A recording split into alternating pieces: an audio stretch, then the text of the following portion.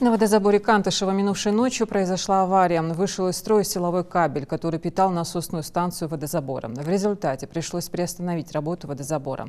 Специалисты по поручению главы региона принимают все необходимые меры по устранению проблем и восстановлению работы системы.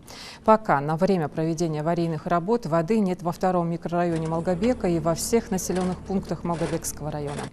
Дополнительную информацию можно получить, позвонив по номеру 8 988 120 08 07. Буквально 2 дня назад у нас начинали быть перебои, мы решали эти вопросы, тем не менее вопрос и проблема была в силовом кабеле. Вчера в 12:00 произошло такое вот, так сказать, короткое замыкание здесь. Большое замыкание в промежутке, где проложен силовой кабель. На сегодняшний день материалы процентов на 80 нами уже найдены.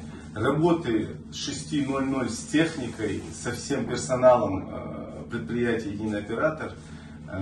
Работа ведется. Масштабы аварии серьезные, так как силовой кабель, его и проложить, и произвести технические работы. Это очень сложная работа. Из воды у нас осталось все населенные пункты Малгобекского района и второй микрорайон города Малгобек. Планируем мы завершить работу сегодня. Скорее всего, это будет ночное время. И водоснабжение, скорее всего, начнется нами. Подача воды начнется, скорее всего, сегодня, ночное время.